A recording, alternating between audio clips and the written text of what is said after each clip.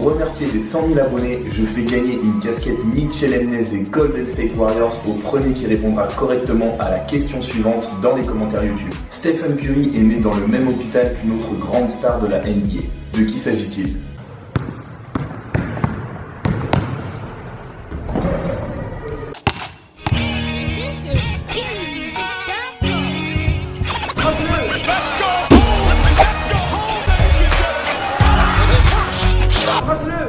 Stephen Curry from Davidson College.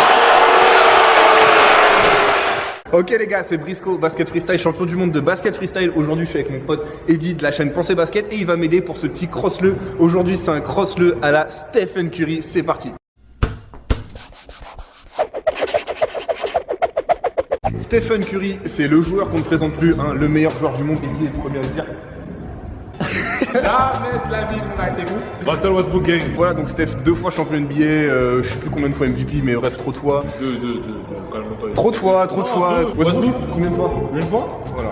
Eh, j'aurais pas dû faire la vidéo avec lui parce qu'on va faire que de débat. C'est parti pour les crosses de Steph Curry. Donc le cross préféré de Stephen Curry, c'est très souvent une feinte de prendre l'écran qu'un pivot de son équipe va lui tendre. Donc il va faire comme s'il allait prendre l'écran, le défenseur anticipe, se le mange et il casse dans l'autre direction. D'accord? Il y a 3 variantes de ce cross là. Alors la première, c'est très simple en fait. J'arrive, petite hésitation, comme si j'allais y aller et au dernier moment, je casse le dribble. On regarde ce que ça donne.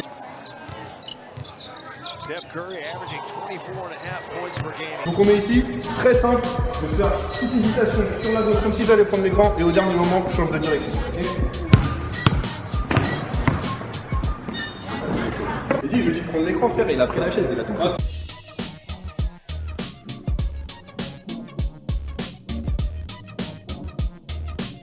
Pour le deuxième cross, c'est la même chose, hein, on va faire une feinte de prendre l'écran. Sauf que cette fois-ci, on va y aller avec un dribble entre les jambes et on enchaîne direct avec le dribble dans le dos qui change de direction. On est là, ça fait le dribble entre les jambes.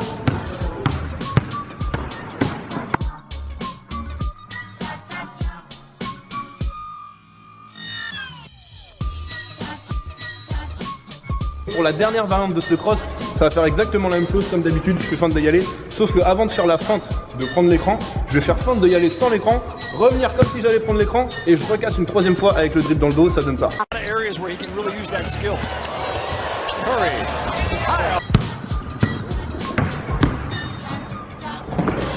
Vous l'avez compris, là ce qu'on a fait c'est un in and out en fait, donc in and out main gauche, feinte d'y aller sans l'écran, je fais feinte de reprendre l'écran et après je casse dans le dos. J'ai pris l'écran.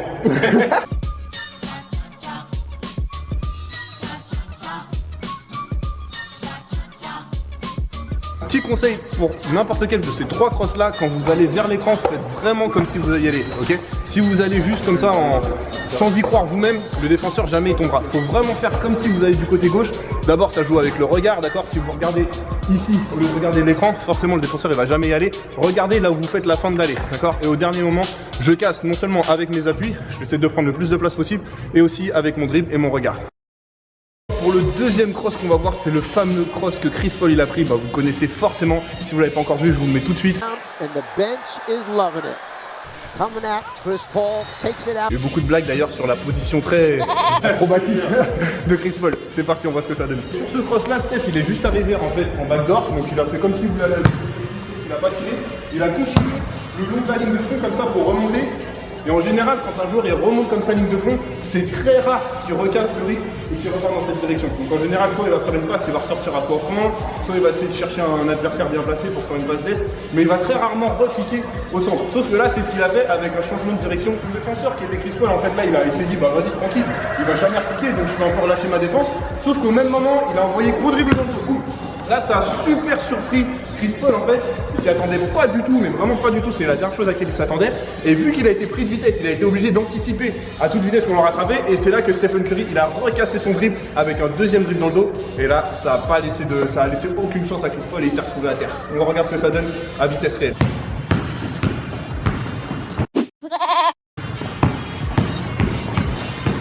Le conseil que je peux vous donner pour ce cross, c'est vraiment quand vous remontez du backdoor là en fait, faut vraiment avoir l'impression que vous allez reposer le jeu, que vous allez ressortir à 3 points, mais vraiment pas regarder ce côté comme si vous allez repiquer. Et au dernier moment, au moment où le défenseur s'y attend pas, là, boum, vraiment d'un coup, vous ramenez le cross et bam, je reviens avec un deuxième dribble dans le dos. Le défenseur normalement, il est mort.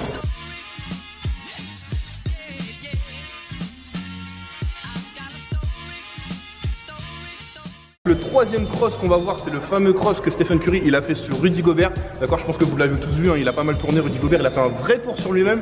Donc on va tout de suite le décortiquer et voir comment ça s'est passé. Visit the NBA app. This is game 1, Western Conference semifinals. As Curry does his magic, gets back. Alors déjà, vous avez dû trouver ça surprenant que Rudy Gobert il défende sur un mec aussi rapide et aussi agile que Stephen Curry. Normalement, ça se passe jamais. Tout ce qui s'est passé, tout simplement, c'est qu'il y a eu un écran. Rudy Gobert, il a été obligé de switcher et il s'est retrouvé à défendre sur Stephen Curry et ça a été le début des vrais problèmes pour lui. Juste hésitation, je regarde le panier, d'accord? C'est même pas une vraie forme de tirer. Je pense qu'il a fait ça juste pour prendre la température, pour voir si Gobert il mordait ou pas. Gobert il a pas bougé, jusqu'à là c'était calme. Juste après ça, Curry enchaîne avec 2 dribbles croisés entre les jambes. Voilà. Là déjà ça bégaye. Gobert il commence à se dire merde, c'est la merde pour moi. Really, nigga? Juste après ce dribble entre les jambes, en fait, ça a été pour but de fixer Gobert. Donc Gobert il était fixé sur ses appuis. Grand comme il est là, vous vous doutez qu'une fois qu'il est fixé sur ses appuis, c'est très dur pour lui de repartir. Donc une fois qu'il a fait son dribble là, il est parti Curry direct à toute vitesse. Sauf qu'il n'est pas vraiment parti. Il a fait juste un premier pas, d'accord? Il a explosé là, Gobert lui il était déjà très loin. Du coup quand Curry il a ramené comme ça le cross, Gobert il fait un tour sur le même, là il est vraiment tupère, il est dans le mal.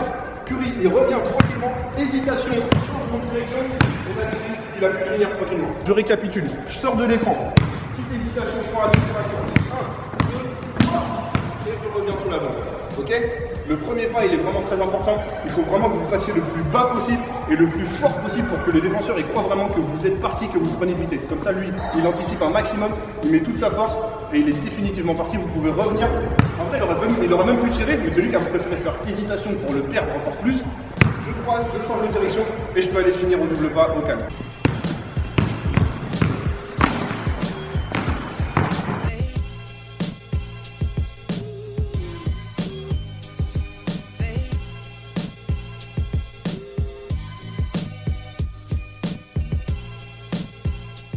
Pour le quatrième cross de Stephen Curry, c'est même pas en fait vraiment un cross, c'est juste des feintes de triple menace et d'appui décalé.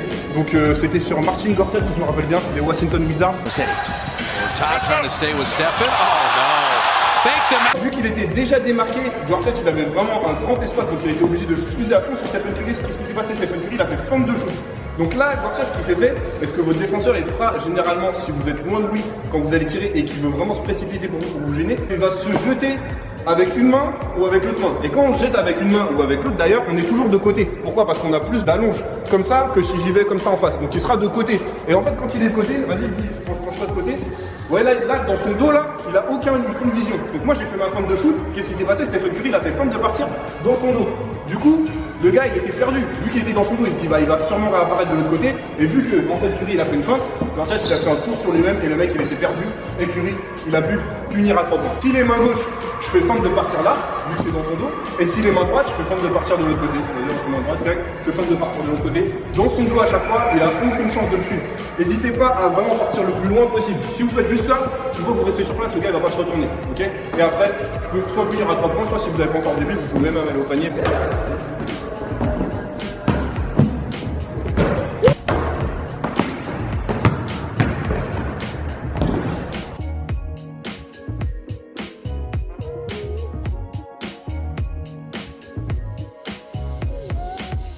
Pour le cinquième cross, on va faire le cross qu'il a fait sur le pote à Eddie, justement sur Russell Westbrook. C'est un cross qu'il apprécie particulièrement. Donc ce cross là c'est assez simple en fait, il était en contre-attaque. Il commençait à dépasser Westbrook et il a commencé comme si je m'arrêtais sec. Et en fait au lieu de faire ça, il a fait une feinte de s'arrêter comme ça pour après repartir. Donc il était là. Au lieu de passer sous la jambe et récupérer main droite, donc il a vraiment passé sous la jambe, sauf qu'il a récupéré la même main et il est reparti au panier, d'accord? Donc ça fait comme ça, quand je commence à dépasser votre défenseur, je le ramène, et tout, je le casse, je récupère la même main en fait. Donc au lieu de m'arrêter comme ça, je fais ça, je tourne vraiment mon corps comme si je m'arrêtais, sauf qu'à un dernier moment, je retourne dans le sens, pour récupérer de ce côté, et repartir au panier.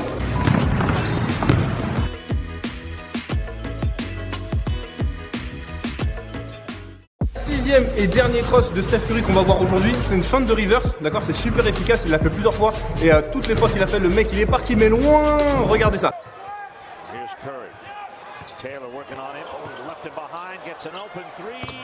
La première situation, c'est surtout quand vous avez une pression défensive qui est vraiment forte, donc vous êtes en position de protéger votre balle, et là vous allez faire feinte de vous retourner pour prendre le défenseur. Il faut vraiment que le défenseur il vous colle à mort et qu'il cherche la balle. S'il fait ça, là vous pouvez faire la feinte, il va partir, c'est sûr. Vous êtes là, vous protégez votre balle, le défenseur il cherche la balle à mort, et là, lui il va vraiment croire au reverse parce que déjà il cherche la balle à mort, limite il est prêt à se jeter. Donc si vous faites une feinte bien loin, que vous feintez bien avec vos épaules, avec votre regard aussi, et surtout votre pied qui va bien loin, avec un flip, je reviens aussi vite, le mec il est parti et je peux partir de l'autre côté. La deuxième situation, ça se passe plus sur jeu placé en fait.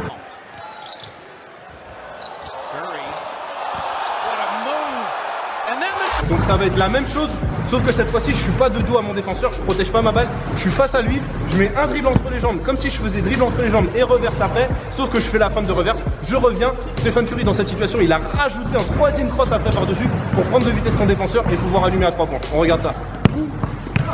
Et je reviens. Okay, et après je peux enchaîner avec un troisième cross, c'est hésitation basique. Je suis là, je fais comme si j'allais aller du côté inverse ou là où j'ai crossé, pour finalement remettre encore un cross. Ça fait une succession de cross et c'est comme ça que vous allez venir à bout de votre défenseur.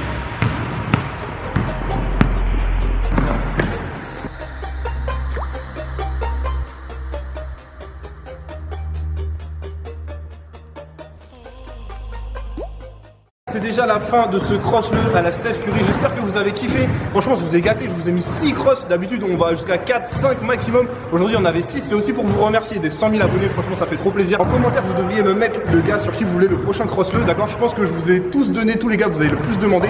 Stephen Curry, c'était un peu le dernier que vous avez pas encore donné. Là, aujourd'hui, c'est fait. Gros merci à mon pote Eddie David. Franchement, il a retrouvé sa chaîne, les gars. Ça y est, Eureka, il a retrouvé sa chaîne pour la bonne année. Donc, allez vous abonner à sa chaîne. En fait, son ancienne, du coup. Mettez vos pouces bleus, mettez vos commentaires, partagez la vidéo avec vos potes. On se voit la semaine prochaine pour une bête de vidéo. Peace out. Tu croyais que c'était fini, t'as tort. Je balance les plus gros dunks à la Vince Carter au Raptor. C'est l'âge platine du rap car on a raté l'âge d'or. Tu croyais que j'étais fini.